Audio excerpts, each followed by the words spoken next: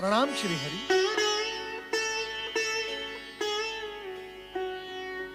श्री हरि, क्या मुझसे कोई भूल हो गई है? वैकुंठ में मेरे प्रवेश करते ही आपके सुंदर होठों पर सुंदर मुस्कुराहट भी प्रवेश किया करती है, किंतु आज ऐसा नहीं हुआ। कारण?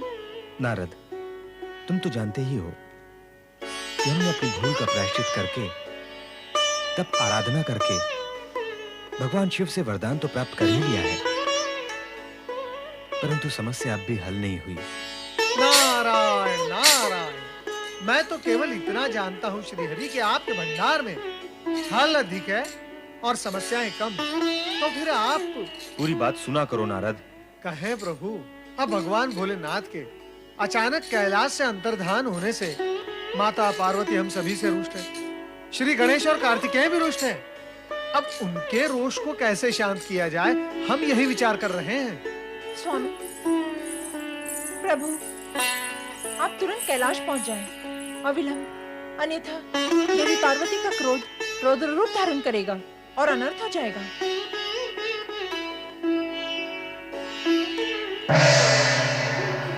माता, मेरे लिए क्या आज्ञा है?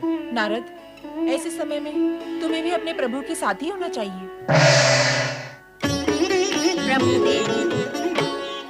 हम देवी पार्वती की उग्रता और गणेश व कार्तिकेय का रोष अपनी दिव्य दृष्टि से देख चुके हैं देवी, परंतु हम स्वयं नहीं जानते कि भवनाथ का रूप धारण करने के लिए भगवान शिव कहाँ दृश्य हुए हैं। ऐसे में हम देवी पार्वती को क्या उत्तर देंगे?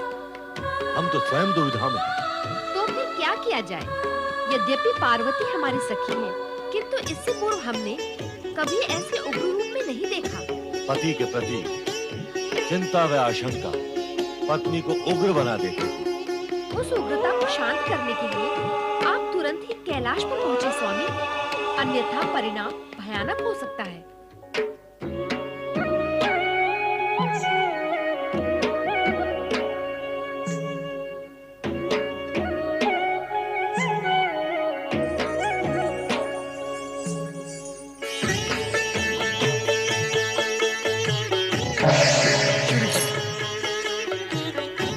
आपकी दुविधा समझ रहा हूँ श्री हरि।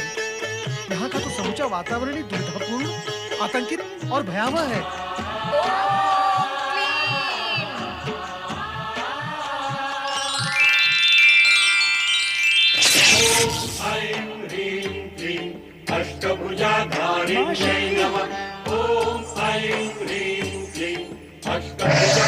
स्वामी शिव शंकर को अदृश्य करने वाले ब्रह्मा, विष्णु, शीघ्र प्रकट हो जाओ, तत्काल प्रकट हो जाओ, अन्यथा जगत में प्रलय मचा दूंगी।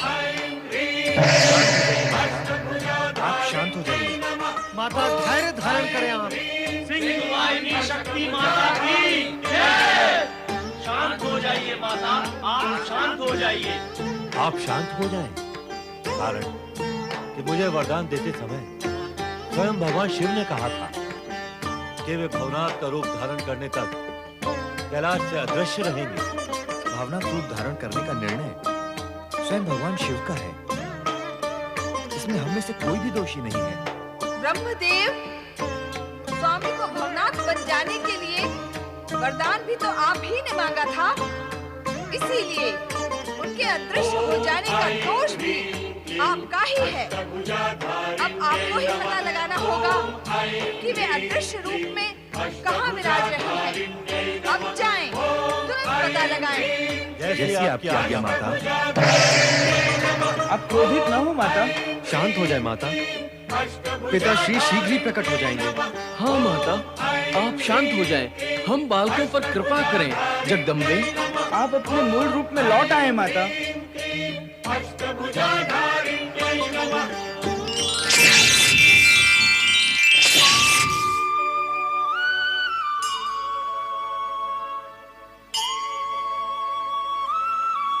माता, आप निश्चिंत हो जाएं।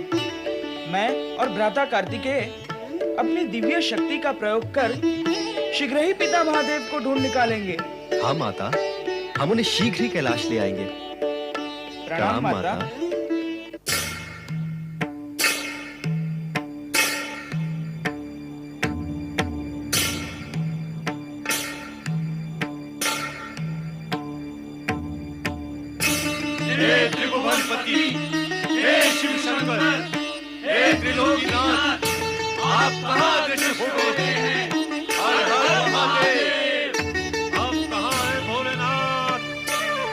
होकर हमें दर्शन दे महेश्वर।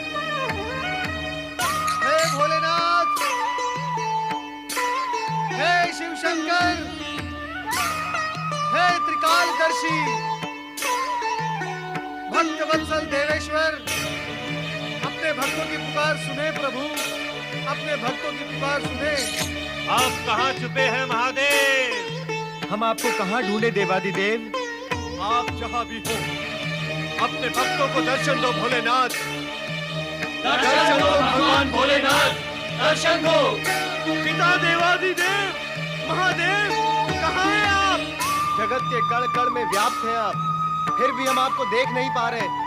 आप कहाँ अदृश्य हो गए?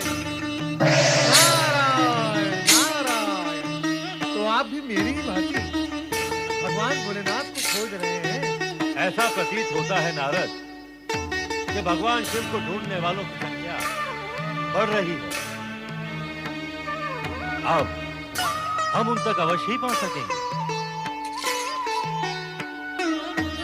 किंतु परमपिता, हमें भगवान भोलेनाथ तक पहुंचने वाले मार्ग का ज्ञान नहीं है।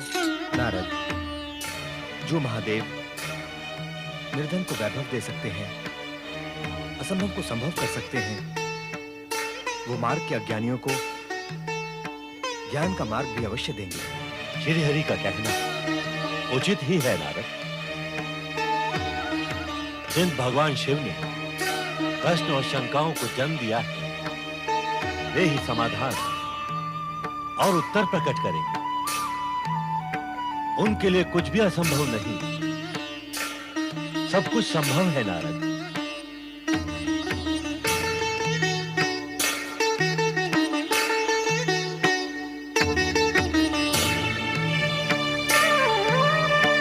परमपिता, परमपिता, लगता है हम रेवताचल गिरी पर्वत के अंचल में आ गए हैं। हाँ देवर्षि, ऐसा आभास होता है कि पिता देवाधिदेव महादेव आसपास ही कहीं विराजमान है। अब हमें रेवताचल पर उतरकर महादेव को ढूंढना चाहिए। हर हर महादेव, हर हर महादेव, हर हर महादेव, हर हर महादेव। अरे, ये तो हम रेवताचल की तलहटी तक आ पहुंचे। लगता है हम अपने लक्ष्य तक आ पहुंचे हैं।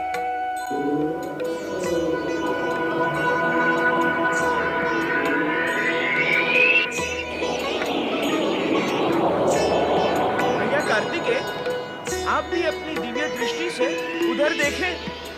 वहां आपको शिवलिंग और शिवलिंग में शिव ज्योति भी दिखाई देगी।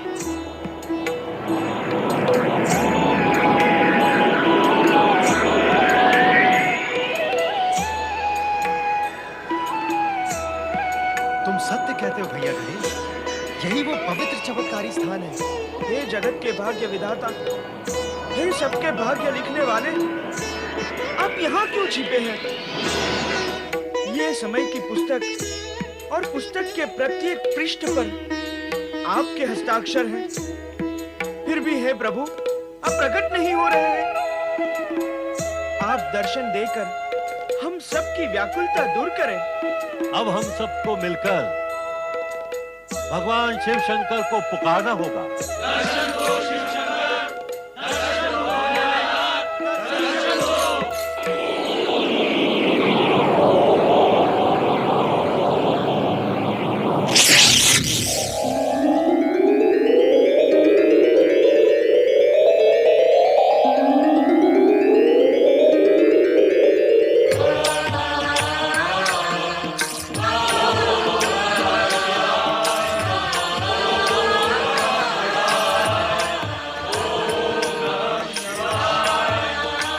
रेवताचल गिरनार पर्वत की तलहटी का ये पावन स्थल भवनाथ शिवलिंग के नाम से प्रसिद्ध है।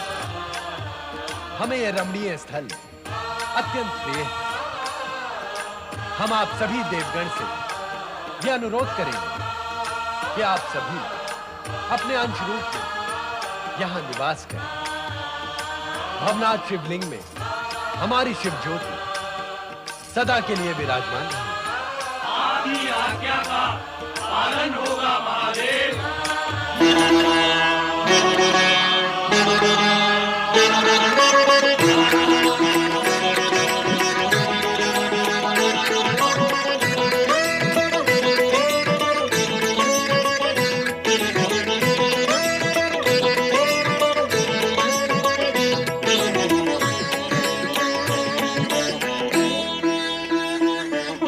समय की पुस्तक के पृष्ठों पे हैं जिनके हस्ताक्षर, समय की पुस्तक के पृष्ठों पे हैं जिनके हस्ताक्षर, वो भवनाथ ही पार कराएं जन जन को भवसागर, वो भवनाथ ही पार कराएं जन जन को भवसागर।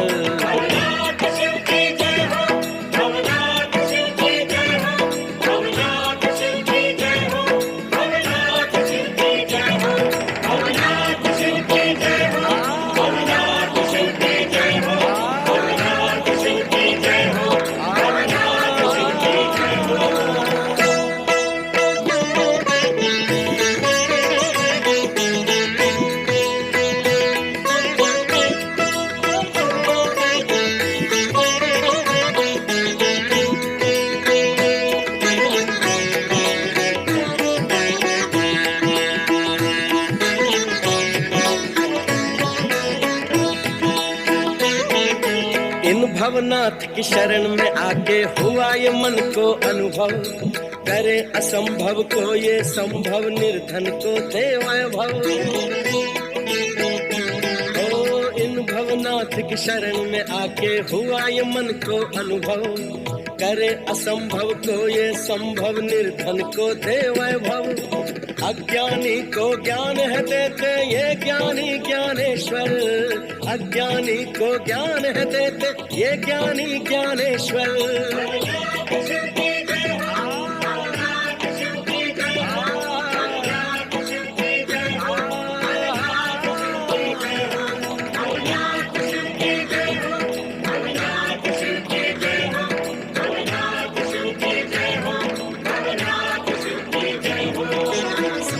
पुस्तक के पृष्ठों पे हैं जिनके हस्ताक्षर, समय की पुस्तक के पृष्ठों पे हैं जिनके हस्ताक्षर, वो भवनाथ ही पार कराएं जन जन को भवसागर, वो भवनाथ ही पार कराएं जन जन को भवसागर।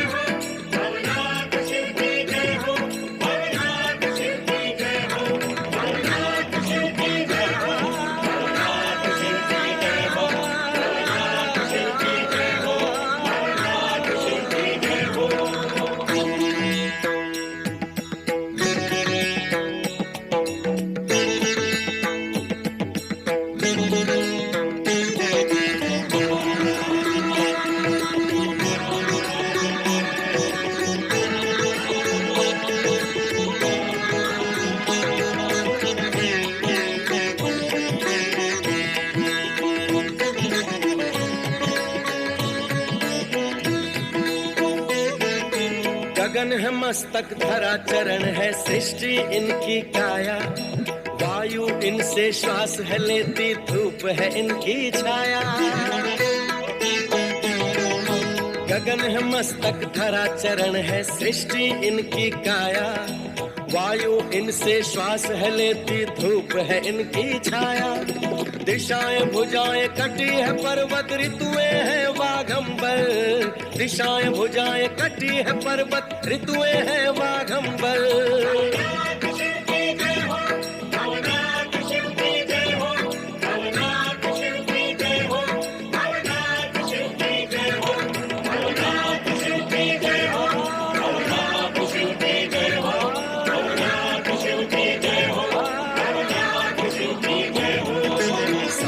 पुस्तक के पृष्ठों पे हैं जिनके हस्ताक्षर, समय की पुस्तक के पृष्ठों पे हैं जिनके हस्ताक्षर, वो भवनाथ ही पार कराएं जन जन को भवसागर, वो भवनाथ ही पार कराएं जन जन को भवसागर।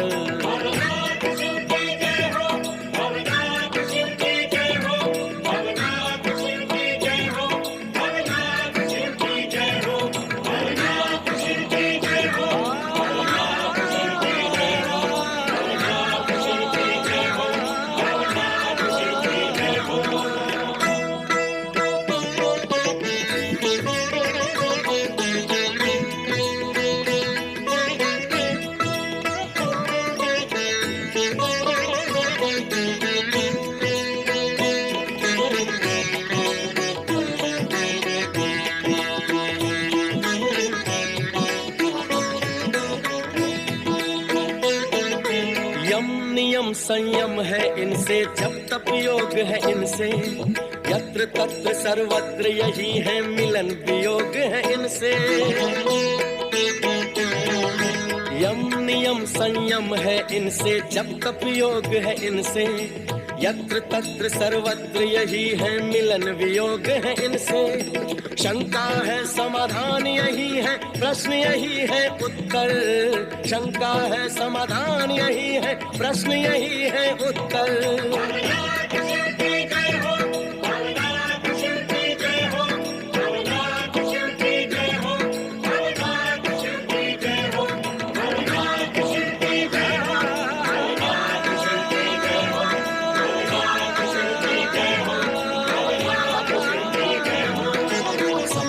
पुस्तक के पृष्ठों पे हैं जिनके हस्ताक्षर, समय की पुस्तक के पृष्ठों पे हैं जिनके हस्ताक्षर। वो भवनाथ ही पार कराएं जन जन को भवसागर, वो भवनाथ ही पार कराएं जन जन को भवसागर।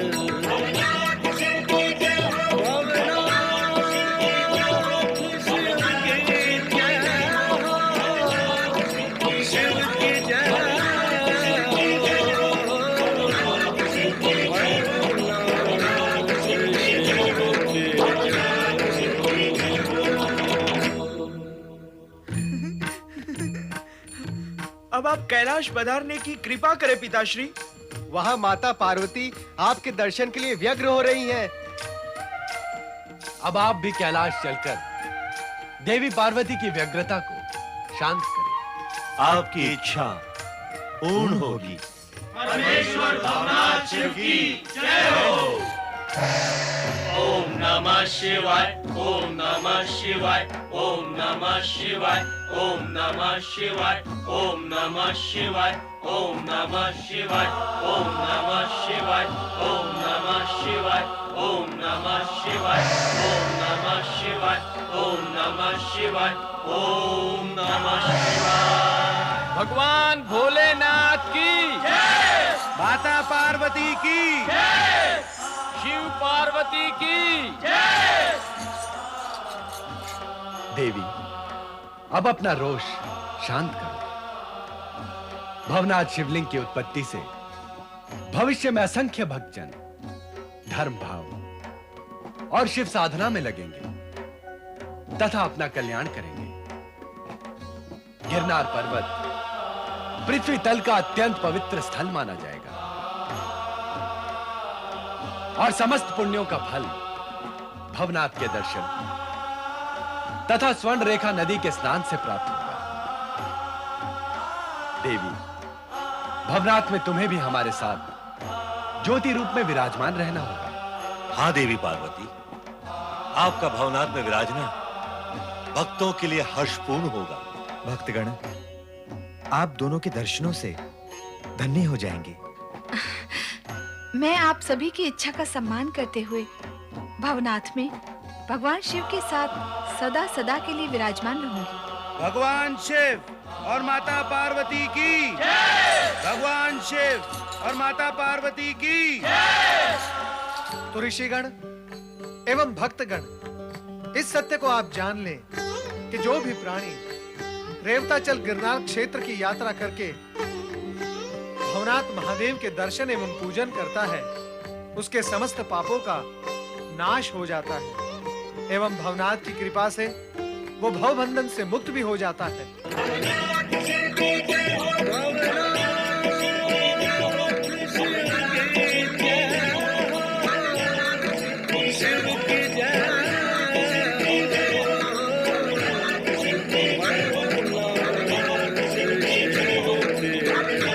जय जय ब्रह्मदेव। अरे चोटी का क्या हुआ?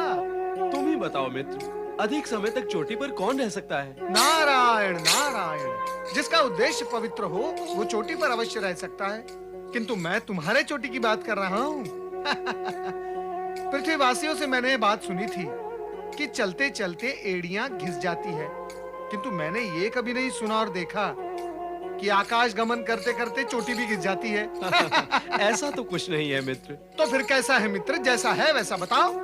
तुम तो जानते हो मित्र क्या कि मैंने तुम्हारा ही रूप भेष, मुद्रा व आचरण का अनुसरण करके तुम्हारी ही भांति त्रिदेव का कृपा पात्र बनने का प्रयत्न किया और नहीं बन सका।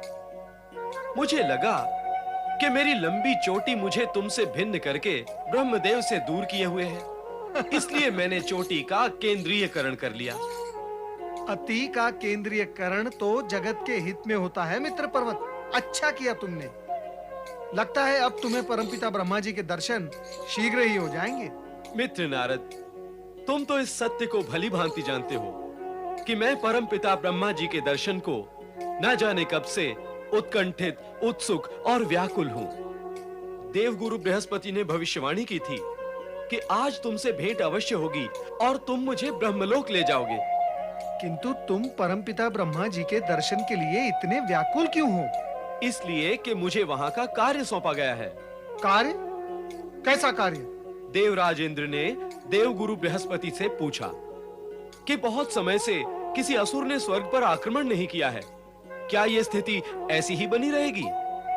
तब देवगुरु ने कहा कि इस विषय में पूर्ण सत्य तो ब्रह्मा जी ही बता सकते हैं। अतः देवगुरु ने इस कार्य का दायित्व मुझे सौंपा है। मैं चाहता हूं इस कार्य को पूर्ण कर मैं देवगुरु की प्रशंसा प्राप्त करूं।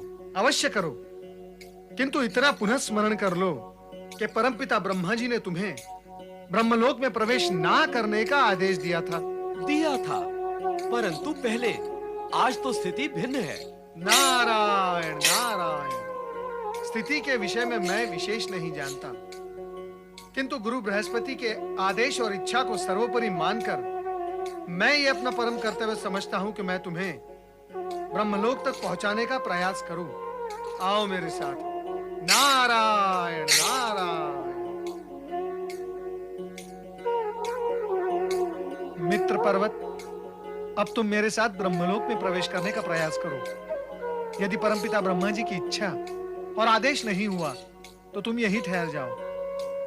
मैं भीतर प्रवेश कर जाऊंगा, और यदि ऐसा भी नहीं हुआ। समझ गया मित्र, सारी स्थिति समझ गया। मुझे तो विश्वास है कि इस बार ब्रह्मदेव मुझे रोकेंगे नहीं। फिर भी तुम मेरा हाथ थामकर मुझे भीतर ले चलो। आओ।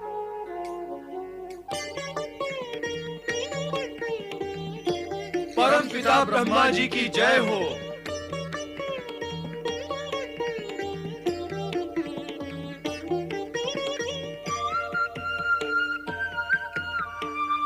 अरे, किंतु माता सरस्वती गई कहां? इस प्रकार में ब्रह्मलोक को एकाकी छोड़कर कहीं जाती तो नहीं? अब वे हैं ही नहीं, तो उनकी चर्चा व्यर्थ है। विचारणीय तो ये है कि अब करें क्या? मैं भी यही सोच रहा हूं। सोचो मत, कुछ करो। तुम ब्रह्मदेव के मानस पुत्र हो। उनके चरणों को स्पर्श करके उन्हें झकझोरो। हो सकता है परमपिता इस समय श्री हरि विष्णु की भांति गहन निद्रा में लीन हो। तुम्हारे झकझोरने से जाग उठेंगे। नारायण नारायण। ऐसी अशिष्ट और अनाधिकार चेष्टा मैंने कभी की तो नहीं। किंतु मित्र पर्वत, तुम्हारे लिए ये साहस मुझे जुटाना ही होगा।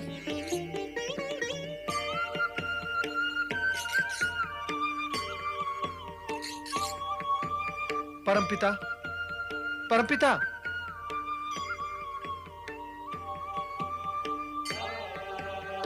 परमपिता, कृपया कर अपनी आंखें खोलें।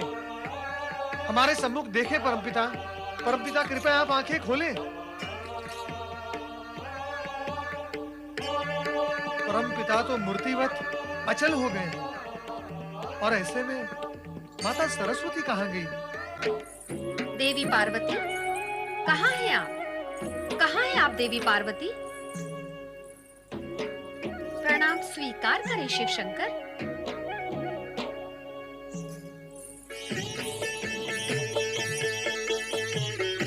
देवी सरस्वती को प्रणाम।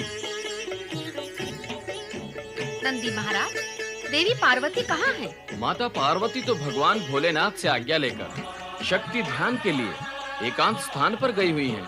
अब तो उनके लौटने का भी समय हो चुका है।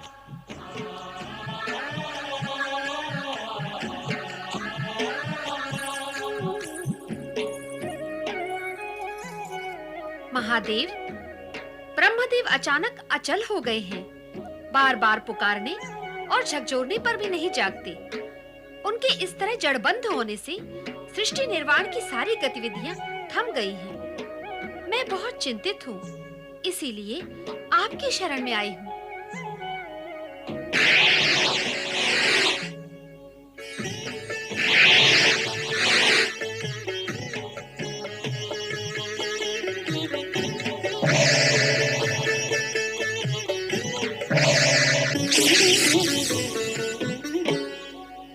ब्रह्मदेव,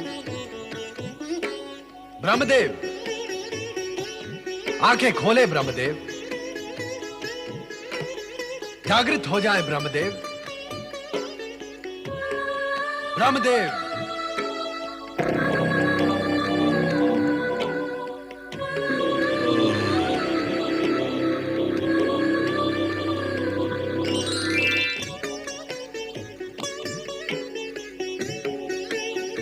भोलेनाथ, प्रणाम सर्वेश्वर। आप प्रथम बार ब्रह्मलोक में पधारे हैं। यहाँ आपके दर्शन पाकर मैं धन्य हो गया भोलेनाथ। धन्य तो यहाँ आकर हम भी हो गए हैं, किंतु वो प्राणी कैसे धन्य होंगे जो आपकी बनाई हुई सृष्टि में रहते हैं। सृष्टि के रचनाकर होते हुए भी ऐसी गहरी निद्रा में लीन हो जाने का क्या कारण हो सकता है ब्रह्मदेव?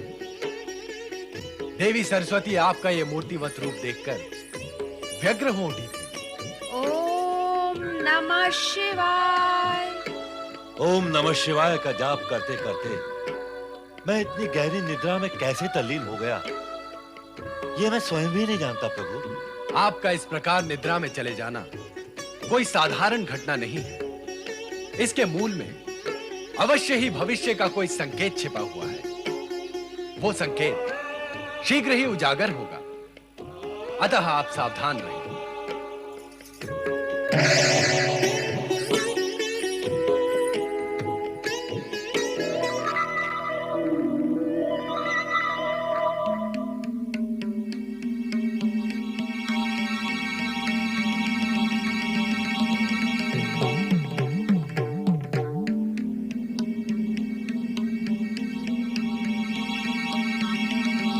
ये सिंदूरी मानव पुत्र कौन है ब्रह्मदेव, और कहां से आया है ये?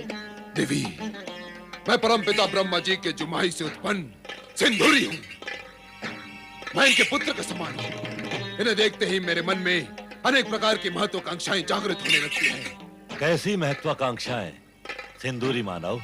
आपका पुत्र होने के नाते मुझे त्रिलोक में सर्वोच्च शक्ति प्राप्त होनी चाहिए। मुझे सर्वोच्च शक्ति का वरदान दे परमपिता। सर्वोच्च शक्ति पाकर तुम क्या कार्य करोगे पुत्र? इस शक्ति को पाकर मैं जगत का कल्याण करूंगा माता। ब्रह्मदेव को कहीं भी जाने की आवश्यकता नहीं पड़ेगी। इनकी आज्ञा पाते ही मैं वो सब कुछ करूंगा जो ब्रह्मदेव चाहते हैं। तुमने हमें प्रसन्न किया है पुत्र सिंदूरी। हम तुम्हें वरदान देते हैं पुत्र कि तुम में तीनों लोगों को वश में करने की अद्भुत सामर्थ्य एवं क्षमता होगी। तुम्हें देव, दानव, मानव, यक्ष, किन्नर किसी से भी किसी भी प्रकार का भय नहीं होगा। तुम इस जगत में सदा निर्भय एवं स्वतंत्र होकर विचरण कर सको। किंतु परमपिता, मैं अपनी सर्वोच्च शक्ति का परिचय कैसे प्राप्त करूंगा? तुम जिस किसी को भी अपनी भुजाओं में जकड़ लोगे उसके शरीर के सैकड़ों खंड हो जाएंगे, वो जीवित नहीं बचेगा। मैं आपका अद्भुत वरदान प्राप्त करके धन्य हो गया परमपिता।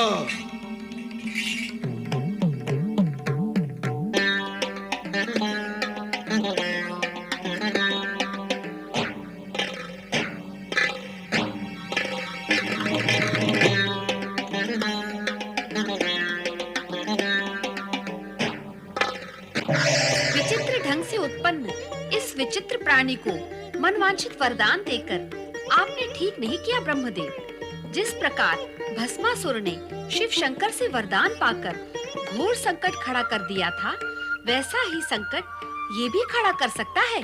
चिंता न करो देवी, कारण कि हमारा योग निद्रा से तंद्रा में लीन होना, शिव के दर्शन करते समय जमुहाई आना, फिर इससे सिंदूरी का उत्पन्न होना और अनायास ही हमारा वरदान देना, ये सब यही संकेत करते हैं कि होनी को टाला नहीं जा सकता। जो होना है वो होकर ही रहता है। इसलिए हमसे उत्पन्न सिंदूरी के लिए चिंता नहीं, शुभकामना प्रकट करो। ये केवल आपका विचार है। इस विषय में अन्य देवगण क्या सोचते हैं, ये तो पुत्र गणेश। माता, माता,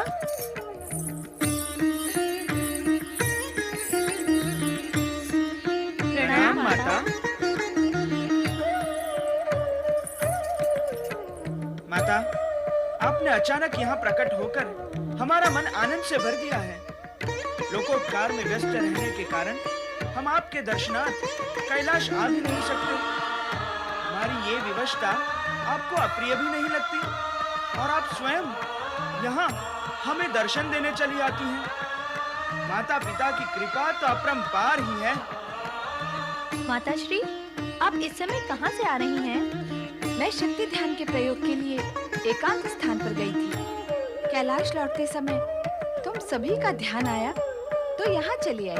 माता, आपने ध्यान में उस विचित्र प्राणी को तो अवश्य देखा होगा जिसने ब्रह्मलोक में जन्म लिया है और जो ब्रह्मदेव से वरदान पाकर अपार शक्ति प्राप्त कर चुका है। हाँ गणेश, मैंने एक सिंदूर वर्णी प्राणी को अपने ध्यान में देखा अवश्य है, किंतु उस पर विशेष ध्यान नहीं दिया। किंतु माता, मैंने तो उस विचित्र प्राणी को अपनी दिव्य दृष्टि से देख के उसके भविष्य का ज्ञान भी प्राप्त कर लिया है। ऐसा प्रतीत होता है कि आप तो मेरी माता हैं, शक्ति स्वरूपा है। निश्चित ही मुझसे अधिक ज्ञान है आपको। आपके सम्मुख अधिक ज्ञानी होने की दृष्टता मुझे नहीं करनी चाहिए। उसकी चिंता न करो पुत्र, जिसने उसे उत्पन्न किया है वे स्वयं भी उसकी चिंता कर लेंगे। माता, आप तो स्वयं चिंतित हैं कि वह नवीन तथा अद्भुत प्राणी ब्रह्मा जी के वरदान से कहीं कोई अनर्थ न कर डाले। करेगा तो परिणाम भी भरेगा।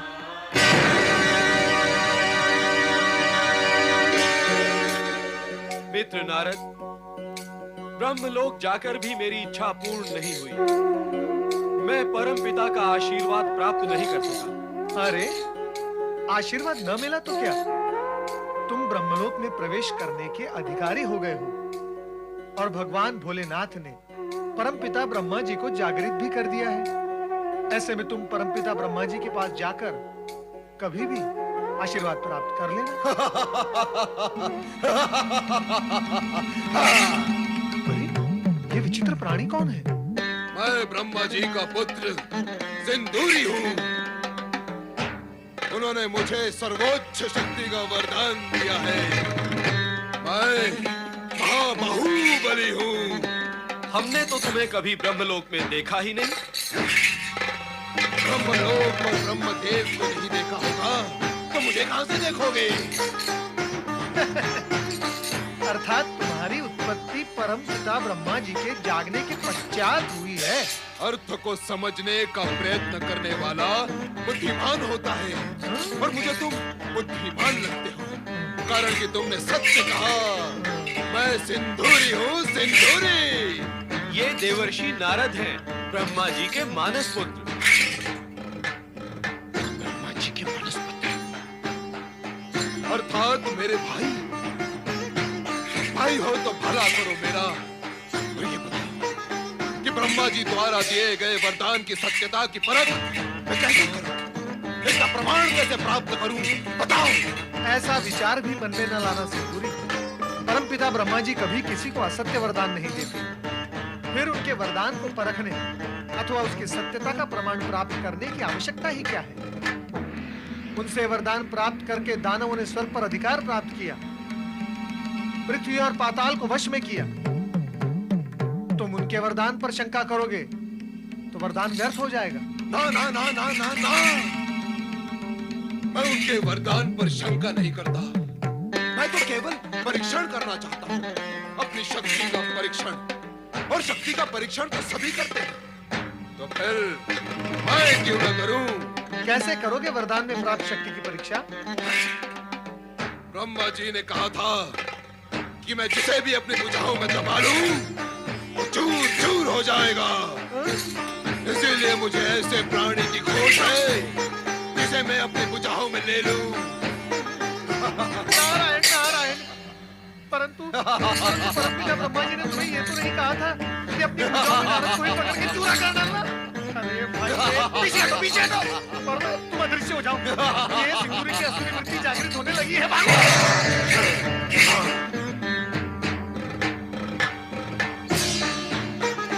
ब्रह्मदेव के पास ही चलना उचित होगा, उन पर शक्ति परीक्षण कर भी लूंगा, उनका कुछ भी अहित नहीं होगा। चलो सिंदूरी, ब्रह्मलोक चले। अनर्थ! क्या हुआ ब्रह्मदेव? जो हुआ है अनर्थ ही हुआ है। सिंदूरी के मन में अचानक आश्चर्य वृत्ति जाग उठी है और वो शक्ति परीक्षण का विचार करता हुआ इसी ओर चला आ रहा है। हमें आश्चर्य है कि हमारी जम्हाई से उत्पन्न सिंदूरी के मन में आसुरी वृत्ति कैसे जाग गई। मैंने तो आपको पहले ही सावधान किया था, किंतु आप मेरी सुनते ही कहाँ हैं? सिंदूरी अब सिंदूरासुर बन चुका है। उसे ब्रह्मलोक में प्रवेश करने से तुरंत रोके। अब उसे रोकना हमारे वश में भी नहीं रहा देवी। उसने हमसे सर्वोच्च शक्ति का वरदान प्राप्त कर लिया है। अब उसमें हमसे भी अधिक बल है। ब्रह्मदेव, मुझे अपने भुजाओं के शक्ति परीक्षण का अवसर दे। आप तो सृष्टि के जनक हैं। मेरी भुजाओं में घुसकर भी पुनर्जीवित हो जाएंगे, चूर होकर भी फिर से शूर हो जाएंगे। ब्रह्मदेव तुरंत अदृश्य होकर वैकुंठ पहुंचे।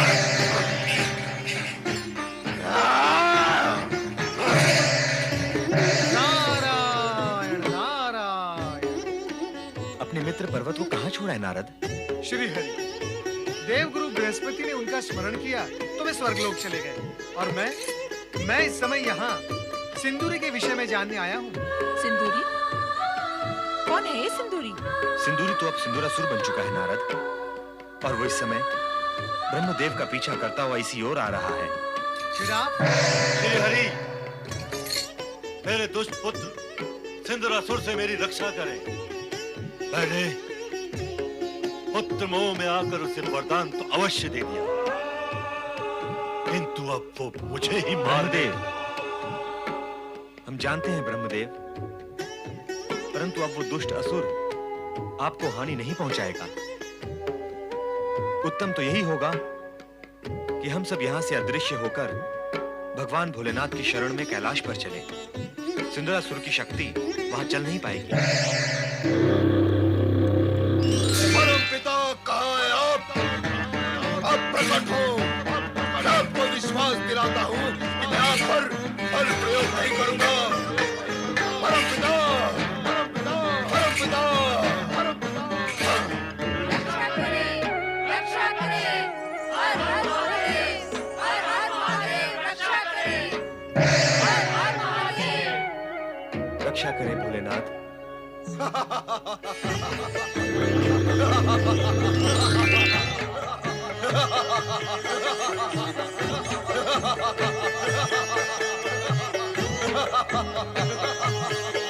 ब्रह्मदेव मेरे पिता तथा मैं इनका पुत्र सिंदूरी हूँ, सिंदूरी। नहीं, नहीं, अब तुम मेरे पुत्र नहीं रहे।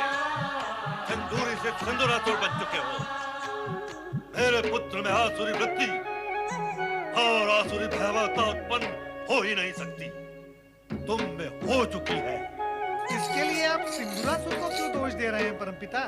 मेरी दृष्टता को आप क्षमा करें, किंतु आपके वरदान की तो ये विशेषता रही है कि जो असुर नहीं होते वो असुर बन जाते हैं, और जो असुर होते ही हैं वे महाअसुर बन जाते हैं। नारायण नारायण। अब आप अपने वरदान के दोष को सिंदूरासुर के सिर पर क्यों लाद रहे हैं? ये सब तो होना ही था, फिर आश्चर्य और खेद कैसा? क्यों सिंदूरासुर, मैंने कुछ अनुचित तो नहीं कहा? उचित अनुचित का ज्ञान करा देता हूं तुम्हें, और साथ साथ सबको चींटी की तरह मसल दूंगा।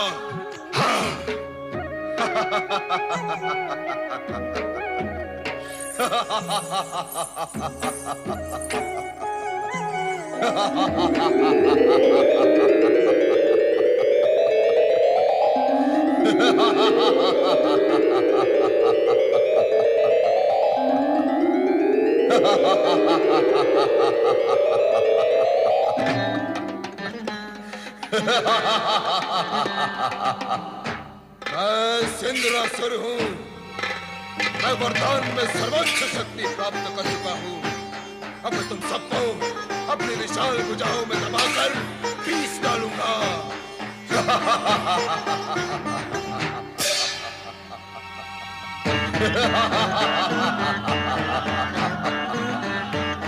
ब्रह्मा जी के वरदान की शक्ति को कोई भी चुनौती नहीं दे सकता।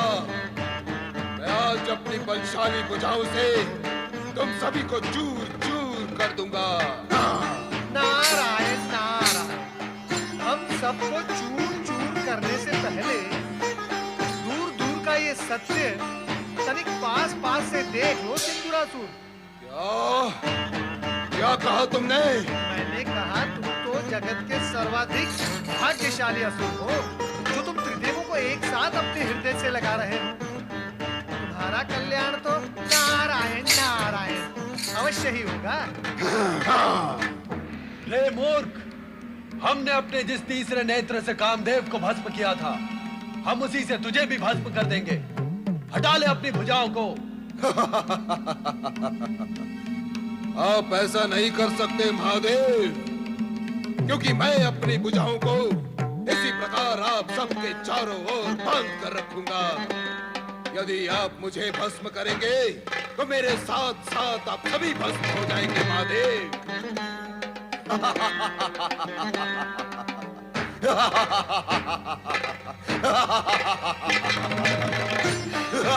पुत्र गणेश, पुत्र गणेश,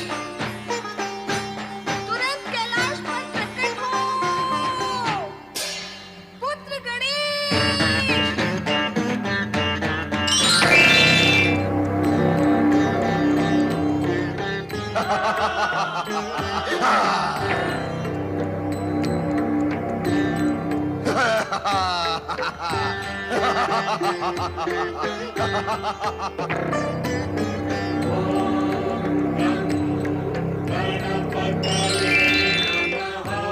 नमः शिवाय।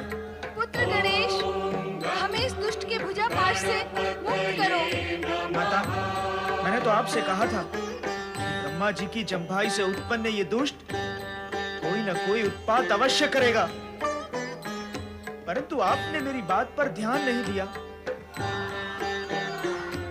सिंदूरासुर, बता, मरना चाहता है अथवा जीवित रहना चाहता है? हे विचित्र प्राणी, मुझे मारने वाला इस संसार में कोई उत्पन्न ही नहीं हुआ। हे भारी मस्तक और भारी शरीर वाले अद्भुत प्राणी, तुम भी मेरा कुछ अहित नहीं कर सकते। नमः शिवाय।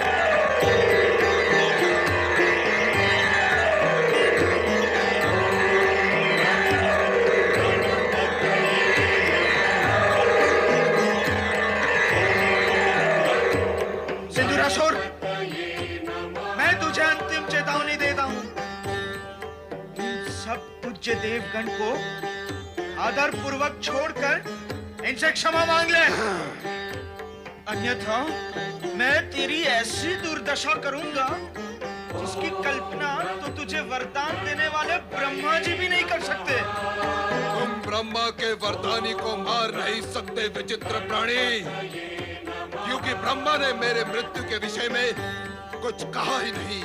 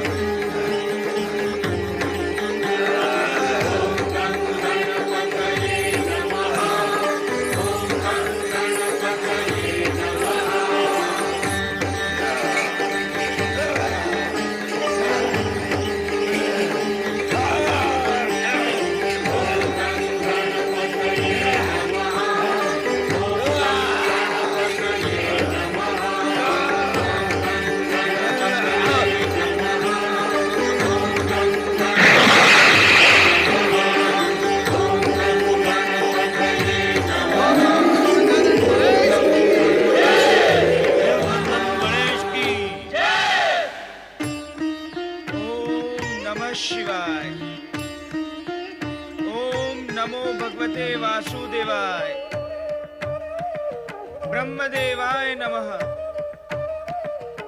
प्रणाम देव ऋषि।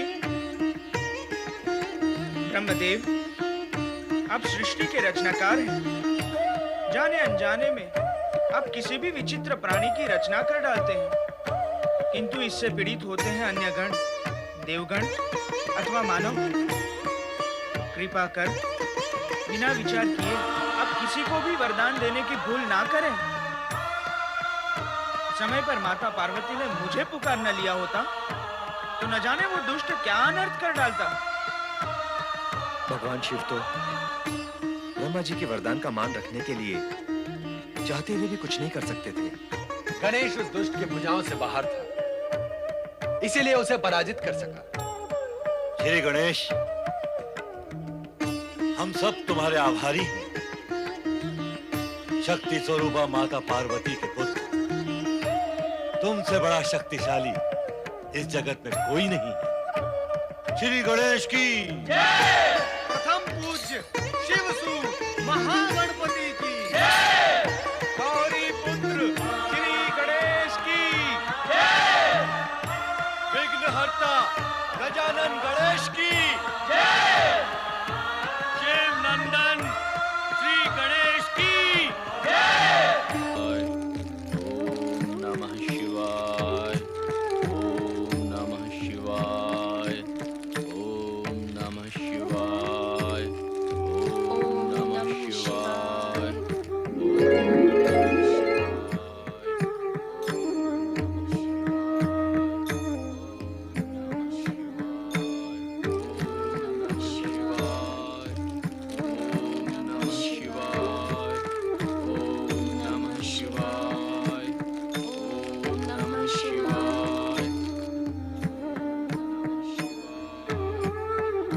ऐसा क्या देख रहे हो मित्र? कौन है ये? नारायण नारायण, पीड़ा से पूर्ण है तुम्हारा ये प्रश्न। अत्यंत खेद और कष्ट होता है जब मैं ये देखता हूँ कि ये छोटे अपने से बड़ों को जानते तक नहीं, फिर उन्हें मानने का तो प्रश्न ही नहीं उठता। क्यों, क्या हुआ? लो, तुम्हें तो अभी तक ये भी ज्ञात नहीं कि हुआ क्या है। नारायण नारायण, वर्तमान और अतीत के गौरव का तिरस्कार करते हुए उज्जवल भविष्य की कामना करते हैं ये छोटे। किंतु भविष्य की उज्जवलता वर्तमान की कामना को तभी पूर्ण कर सकती है मित्र पर्वत, जब उसके साथ अतीत का गौरव भी हो। ये अतीत, वर्तमान और भविष्य के किस भंवर में फंस गए तुम मित्र? काल का सत्य जगत के सभी सत्यों से सर्वश्रेष्ठ है मित्र पर्वत। इन तीनों कालों के सत्य में ही जगत के अन्य सत्य समाहित है। इनका ज्ञान न होने पर शेष ज्ञान भी अधिक समीप नहीं आता मित्र। जिसे तुम फंसना कहते हो ना मित्र पर्वत, वास्तव में वही जागृति है। मेरे मित्र और गुरु बृहस्पति के शिष्य होने के पश्चात भी तुम्हें अभी तक ये ज्ञात नहीं कि ये कौन है। इससे पूर्व इन्हें कभी देखा नहीं। अर्थात तुम जगत की सभी महान विभूतियों को जाने, माने और समझे बिना ही महान बनना चाहते हो। कैसे होगा, कैसे होगा मित्र पर्वत? महान बनने के लिए सर्वप्रथम जगत की सभी महान विभूतियों के सम्मुख नतमस्तक होना पड़ता है। तुम्हारा अनुभव मुझसे अधिक है मित्र नारद, इसलिए जो तुम कह रहे हो वो निश्चित रूप से सत्य ही होगा। तुम्हारे इस उद्बोधन को मैं अपने मानस में धारण करूंगा। अब बताओ, ये कौन है? ये शिव भक्त ऋषि च्यवन है, जिन्होंने दीर्घ काल तक शिव आराधना करके एक नए इतिहास की रचना की। और ये उनकी धर्म पत्नी देवी सुकन्या है। राजा शर्याति की पुत्री राजकुमारी होने के पश्चात भी स्वेच्छा से वृद्ध ऋषि च्यवन की पत्नी बनी। दीर्घ काल तक शिव आराधना की है तो इन्हें वृद्ध होना चाहिए था, किंतु ये तो युवा है। सुकन्या ने जब इन्हें पति के रूप में स्वीकार किया तब ये केवल वृद्ध ही नहीं, अंधे भी थे। सुकन्या ने स्वयं अपने हाथों से इनकी आंखें फोड़ डाली थी। वृद्ध और अंधे थे तो फिर युवा और दृष्टिवान कैसे हो गए? नारायण नारायण, भगवान भोलेनाथ की कृपा और सुकन्या की पति भक्ति एवं सतीत्व के कारण इतनी रोचक वार्ता को तुम खंड खंड में क्यों कह रहे हो? एक बार में सारी कथा क्यों नहीं कह देते मित्र? तो सुनो मित्र, एक बार राजा शरियाती अपनी पुत्री सुकन्या को लेकर वन विहार के लिए गए।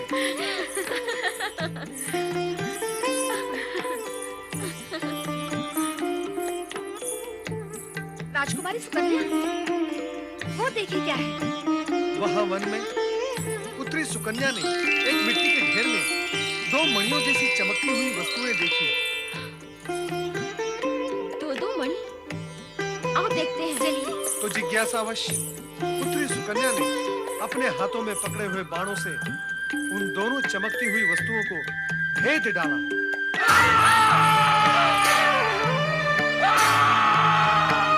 किसने फोड़ा मेरी आंखों को? किसने मुझे दृष्टिहीन किया? वो दुष्ट मेरे शाप से बच नहीं पाएगा। पिताश्री! पिताश्री! पिताश्री! क्या हुआ? पिताश्री, मैंने जानकर कुछ नहीं किया। मैंने तो समझा केवल 2 मणि चमक रहे हैं, किंतु वे किसी ऋषि की आंखें थी। मुझे क्षमा करें पिताश्री, मुझे क्षमा करें।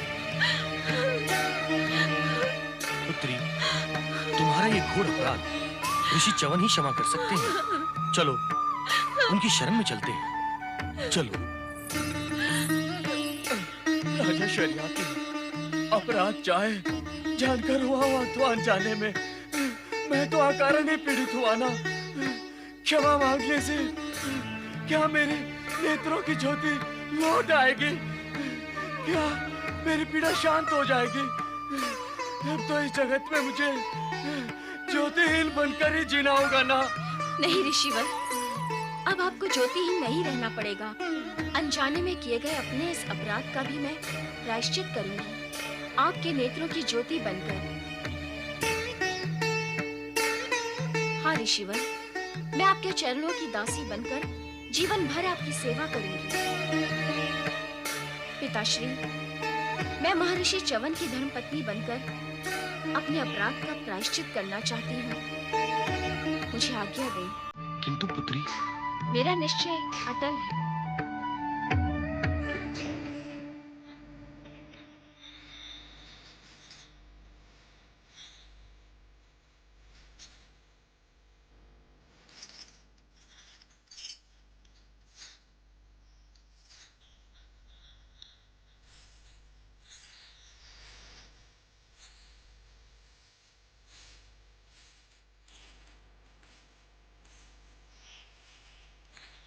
मित्र पर्वत च्यवन ऋषि से विवाह करने के पश्चात एक दिन हाथ में कलश लिए सरोवर पर जल भरने के लिए सुकन्या आती है।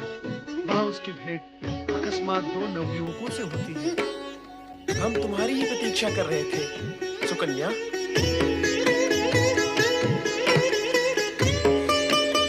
तुमने एक वृद्ध नेत्रहीन ऋषि को पति रूप में अपनाकर भारी भूल की है सुकन्या। अपने यौवन जीवन दोनों के साथ अन्याय किया है। हम हैं देवताओं के वैद्य अश्विनी कुमार। तुम हम दोनों में से किसी एक को पति रूप में स्वीकार करके अपना जीवन सफल कर सकती हो। और हम अपनी दिव्य औषधियों से तुम्हारे पति की कायाकल्प करके उनको दृष्टि और यौवन पुनः लौटा देंगे। और तुम भी पाप मुक्त हो जाओगी। पाप मुक्त हो जाओगी। पाप मुक्त हो जाओगी। पाप मुक्त हो जाओगी।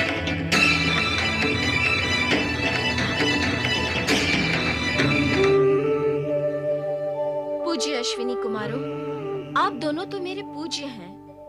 मैं एक सती नारी हूँ। मुझसे विवाह करने का ये अनोखा प्रस्ताव करके आप मेरे सतीत्व और अपने देवत्व को लांछित करना क्यों चाहते हैं? आप देवताओं के वैद्य हैं और च्यवन ऋषि को स्वस्थ करने में समर्थ हैं। मुझ पर कृपा करके आप यहाँ प्रकट हुए हैं, तो पूर्ण कृपा ही करें। हाँ हाँ अवश्य। हम कृपा करने ही तो आए हैं। तो आप मेरे पति च्यवन ऋषि को स्वस्थ संपन्न कर उनकी दृष्टि लौटा दें। मेरी प्रार्थना स्वीकार करें पूज्य। मेरी प्रार्थना स्वीकार करें। देवी सुकन्या, हम दोनों भगवान शिव के आदेश से ही यहाँ प्रकट हुए हैं।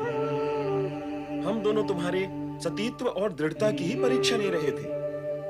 तुम हमें ले चलो अपने पति चवन ऋषि के पास। पधारे देवगण, पधारे।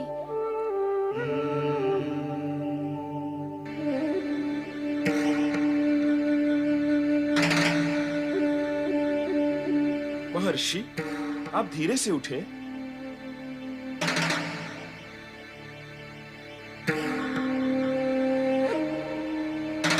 और धीरे से अपनी आंखों से औषधि लेप हटाइए।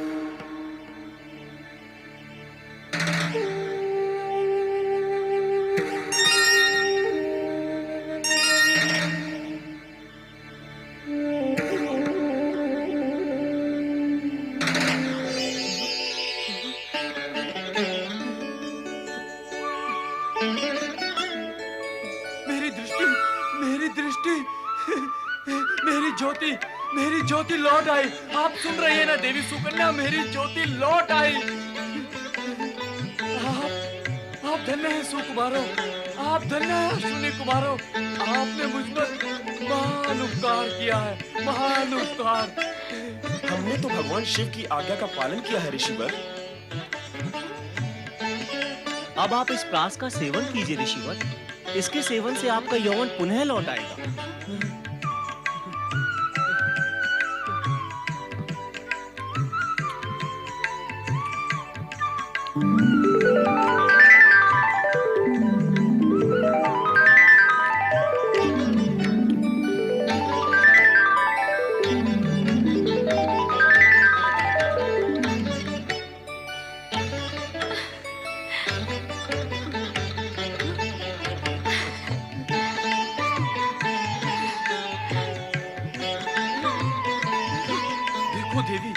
देखो देवी सुकन्या, देखो मैं पुनः युवा हो गया हूँ। ये सब तुम्हारे अस्तित्व के पुण्य प्रताप से ही संभव हुआ है। तुम्हारे सौभाग्य का चमत्कार है ये भगवान शिव की कृपा का चमत्कार है स्वामी, और इन अश्विनी कुमारों का उपकार। अश्विनी कुमारों को मेरा प्रणाम। महर्षि च्यवन, ये प्राश अब आपके नाम से जुड़कर जगत में च्यवन प्राश के नाम से प्रसिद्ध होगा। आपका कल्याण हो।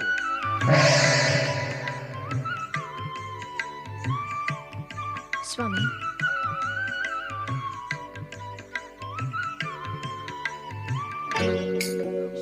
इस प्रकार अज्ञान से हुई भूल का प्रायश्चित सुकन्या ने प्रतिज्ञा, पति भक्ति, समर्पण एवं तप से किया है। उसी समय से दिव्य औषधि च्यवनप्राश का निर्माण हुआ। ऐसी महान विभूतियों के दर्शन करना तो अति आवश्यक है। चलो मित्र, हम इनके आश्रम चलते हैं। नहीं मित्र पर्वत, इस समय वो दोनों शिव आराधना में लीन हैं। क्या इस समय उनका ध्यान भंग करना उचित होगा? नारायण नारायण। किंतु मुझे भगवान भोलेनाथ का एक संदेश भी तो उन्हें देना है। तब तो हमें अवश्य ही चलना चाहिए। शिव आराधना पूर्ण होने तक आश्रम में बैठकर